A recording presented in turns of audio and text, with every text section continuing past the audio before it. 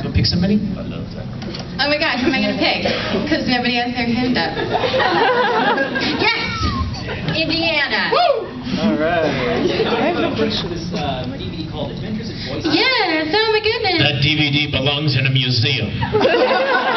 Nice. Travis is in it, isn't it? No. No. Now, did you ask to be part of it, or did they come to you to be part of it? They came to us. Should I tell the story? Yeah. They came to us and just asked us if we would do interviews for an educational documentary thing they were doing that was going to be shown at like educational things.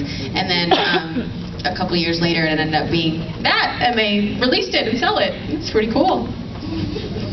Except for the part that we don't get anything. Except for the part that we wavered it away because it was an educational purpose. But, you know, yeah, it's... Is it good? Have you watched it? I've watched it. Is it educational? Yeah. I'm glad that it did its job. There's a particular episode where it covers, like, was it really worth it to get into the voice acting field? And sometimes you say that it's pretty scary sometimes. Right, it can be. It's very unpredictable, you know? Most of the creative fields are that way, you know? And there are so many people that would love to do something like singing or acting or dancing or drawing professionally, you know, that it's really unpredictable, and there's really no way of knowing when the next opportunity is going to come. And it's also, Sweet. at the very end, they say it dedicated to like Bob Packer. You ever knew him? Yes, Pappy. He worked at PCB a lot. But Pappenbrook. Oh my God! We know him! What? The ghost. Yeah. Did you... Am I not supposed to say that? Let's talk about it. They would love it. Oh my God. You guys get that? Travis screaming like a girl. I don't even know if we should share this story, but... I think so. Why not? You think it's There's okay? nothing taboo about it. No. Okay, well, he was really good friends. Excuse Travis while he goes and wets his pants. Go ahead, tell the story. When we learned this story, like literally I walked in the room after Travis heard the story and he was like, oh my God. Like, okay. He was really good friends with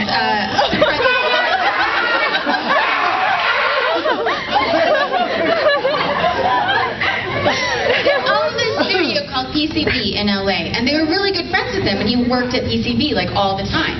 And shortly after he passed away, like stuff started to happen at the studio.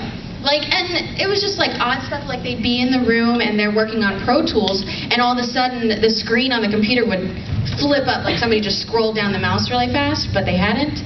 Or they could be away from the computer and all of a sudden it would do that too. And or like they'd be down in the room and they'd hear like CDs rustling in the top, so they'd run up to the top studio and nobody would be there, and then they'd hear CDs rustling down on the bottom.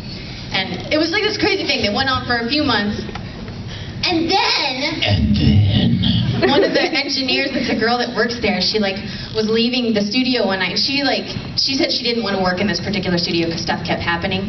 And before she left, she took her camera phone and she went, "Smile, Bob," and took a picture and left the studio. And then went back and looked at it later, and that you can see him in the picture. Oh. Like he's like, yes. He's like in the booth. You can see a man, and Bob always kept his arm up because he had rib problems, and you can see a man with his arm up, leaning against the side of the wall, like smiling at the camera in the booth. Yeah, it's freaky, you guys. I went to record there, and Valerie, one of the Keith and Val, the owners of the studio, they were like, "Look at this picture! Look at this picture! Oh my gosh! Do you see him? Do you see him?" I mean, it was really crazy. Freaky. Yeah. And then, so they have that picture, and then they're in there one night, and it's happening again, and the computer monitor starts scrolling and going crazy. So the engineer like walks up to the studio and said, "Hello," and it scrolled again. And what'd she go up and say? She like said, "Yeah, like." Is this Bob?" or something, and it did it again. And then she went up to the computer and typed in, "Do you know that you're dead?" And nothing happened after that. It like stopped. Everything stopped after that. And they haven't had any occurrences after that. Oh my God! Yeah, it was creepy. Yeah. And Chai was just like crying like a little girl. Intense. So thanks for We were bringing that actually painful in the memory up, studio. Travis. Yeah. No, Bob. Yeah, he was a really nice guy, Really good cool, voice actor yeah. guy, and that was really nice of them to dedicate that to him. They told the story, Bob, not me. Question. Yes, sir. Where did you guys first meet? Did you meet in the actual studio, or did you meet when you did the autographs and stuff and you went to different places? Travis and I met in a bathroom. He was reaching under the stuff. That's where the rivalry Wow. I don't remember. I remember the first time I ever spoke to Travis was on the phone, on Mike McFarlane's phone. I was at Funimation recording Full Metal, and we were already several episodes in, and Mike, he'd called Mike, or Mike had called him while we were recording, and he said, "Hey, you want to say hi to Travis? He plays Mustang." And I jumped on the phone. I'm like, "Dude, I love you. You're awesome." And he's like, "Yeah, you're awesome." We just had a great time chatting and talking about how much we were looking forward to seeing each other. What was the first event? I don't know. It might have been like a con or something. I can't remember. I don't know. Strange. All these years ago. I don't know. And I remember when I first started working at Funimation, I heard stories. Stories about this uber talented, sweet, beautiful girl that worked at Funimation named Laura Bailey. I'm not kidding. Everybody talked about you, and I'm like, where is she? Who is she? The goddess of Funimation. Yes. They love her at Funimation. Laura and I met doing a commercial.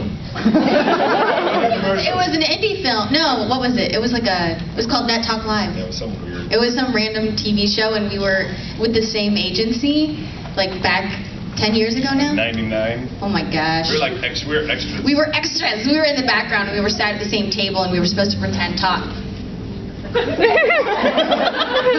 And so we pretend talked for like 8 hours, and then at the end of it, we're like, "Hey, nice meeting you." See you later. Now, weren't you the one that told him about Funimation, right? Well, no. Wait a minute, wasn't that? What how did happened that was work? he was a big Dragon Ball Z Right, nerd. I remember that story, but I thought... Big Dragon Ball Z nerd. And he saw your name. I've seen every single episode of Dragon Ball Z. I went over to his house recently and found his collection of Dragon Ball Z. VHS, baby. Super Target. And like a ton of DBZ action figures, all like Rose and things. put up, all pretty like. And this is before he was a voiceover actor. Like, I bugged her for 2 years to give me an audition at Funimation. She's like, "Oh yeah, totally." Never happened. Never. I gave your name. No. I gave your name to the janitor. My dog. Bakamosi. Travis, did you buy your VHS tapes, or did you do like what a lot of us did, have to get up like 2 o'clock in the morning to watch it? Yeah, record it. I definitely did some Toonami recording. I did that a couple times. But most of them I just went to Super Target, bought it real fast. Me and my roommate did, so he took half the collection. I have everything before I think that's sale. only half. There's a lot of tapes. So why don't you do the beginning part? That's the good part. I do have the beginning part. Okay. Yeah, I have the beginning part. Yeah, I got the It better started getting half. bad. I came in at the end. I'm saying. Ben, you suck. All right. I think when we first started talking, and this is funny listening to this, because when you and I first started talking, you were more jazzed about the fact that I played Broly Yes. than even anything of Full Metal. Who cares about that? Jazzed or jealous? One or the other. You'd make a good Broly. Broly was cool. You'd make a good Broly. I remember I was very proud of you because I watched it. They were like, they better do Broly right, Really? and you did. I was Thanks, like, dude. I love you. well done. Thank you.